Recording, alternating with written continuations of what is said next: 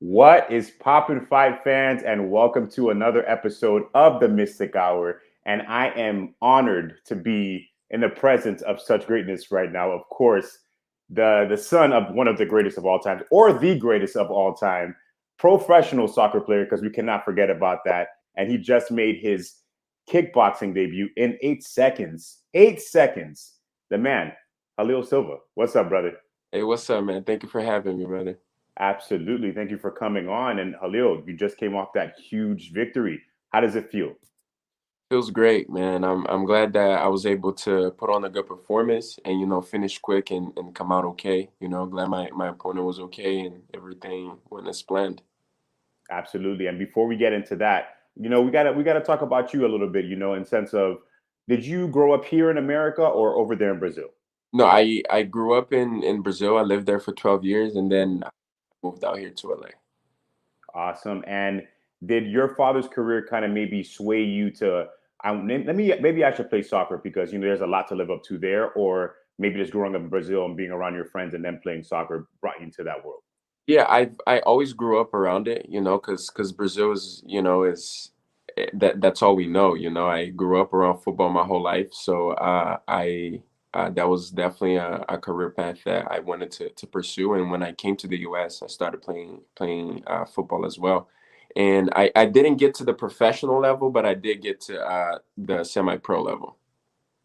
Awesome, awesome. And do you think you'll ever go back to playing soccer again? Right now, I've been playing for my school for my university, so it's definitely something that it's helping me get through school. Because I definitely wanna get that. I wanna get my degree and finish out. But right now, I wanna focus on kickboxing. It was my first amateur fight, so I wanna do some more amateur fights for sure, and see where that could take me. Did the pandemic have any effect in you making that debut this early? Um. Yeah, we were supposed to make the debut earlier, but then because of the pandemic, they couldn't put on an event. But I'm blessed to have a good gym here at the house and space for me to train. So I was training with my brother and my dad, and training never stopped. Absolutely. And of course, you dropped that video the other day, and we all saw your dad behind you, kind of warming you up, and he was speaking to you in your ears. What was something he was telling you before you got in that ring? Just some motivational things, like some father son things. I try to keep that between us. Yeah, and then your brother, of course, is fought in kickboxing as well. What's something he shared with you about being in that ring? He just told me to be comfortable in there and stay focused, but mainly comfortable. He's done this a couple of times, and he was actually supposed to fight in that same event, but his opponent didn't make weight, so his fight got canceled. But he'll be back up there soon. Oh, okay, I did see that because I remember looking to see when you guys were going to fight, and he was supposed to be on that card. Does he have anything planned coming up? Not yet. Not as of yet. Yeah. Okay. And then when you were younger, Halil, what is one of the moments you saw your dad and just like, you know what? Oh my God, my dad is a legend. Like this is amazing. When I went to my first UFC fight, it was him versus Vitor Belfort, and I got to walk out with him, and it was insane. That felt amazing. Yeah. And did your dad not allow you guys to go to his fights before, or did he just choose that specific fight to want to bring you into that world? No, it was just we were young, for most of his career, so we couldn't really go, and we had other things that we had to do in terms of school and stuff, and his fights always came around when we were in school, but I was fortunate to be able to be at that one, and yeah, it was super fun. It was an amazing experience. That's awesome. And I want to circle back real quick back into that fight. Did you think that that fight would end that fast in 8 seconds? I did not, man. I was really nervous. I mean, I'm always nervous for every single fight, but I knew what Vitor was capable of, and I knew that he was quick. He was a strong, amazing fighter. So I was really nervous for that fight, but I was just as surprised as everyone else when that kick came. And what was the game plan when you guys were going into that? Into that Vitor fight. Yeah, no, into your kickboxing fight. Oh, you were talking about my fight. Yeah, yeah. Okay. So let's circle back to you. So my game plan was that even before the fight, I was at my house and I was practicing that same exact kick. One of my friends was here with me, and I was practicing that kick like so many times. And I went to bed and I was like, man, I want to open with that kick, and that has to be the first strike that I throw. And I was practicing and practicing, and when I did it, it just felt so surreal because I envisioned it. So it was crazy. It was a crazy feeling. It took me a second to process when I was in the corner. And then how did you feel watching it after? Of course, when you're in the ring, it's a different kind of feeling, as you just said. But watching it after and seeing the work that you did there, what did it make you feel? It was good, man. It just proves that if you have a vision and you prepare for it, you could do anything. Yeah, and now you made your kickboxing debut. How fast do you want to go back into that ring? Because you only spent 8 seconds in there. Do you want to get back in there as soon as possible? As soon as I can, man. I wanna keep this momentum going. I don't want to stay inactive for a long time, and hopefully we could get back out there soon. Absolutely. And of course, this question is going to come up a bunch of times. When do you want to make that transition into MMA? And do you even want to make that transition into MMA? Right now, I wouldn't be able to tell you because it is my first amateur kickboxing fight. So right now, I just want to focus on that, and then we'll see what the future holds. And are you doing jiu-jitsu as well? I've seen a couple of videos of you, of course, doing a lot of striking, but is jiu-jitsu part of your regular regimen? I used to do a lot of jujitsu with my father, but once I decided to go the kickboxing route, we just started focusing on more of the stand-up game for sure. Nice. And of course, on your Instagram, you usually see your modeling photos, the different things you do with the music. And then I see you're a huge TikTok guy, got plenty of followers over there.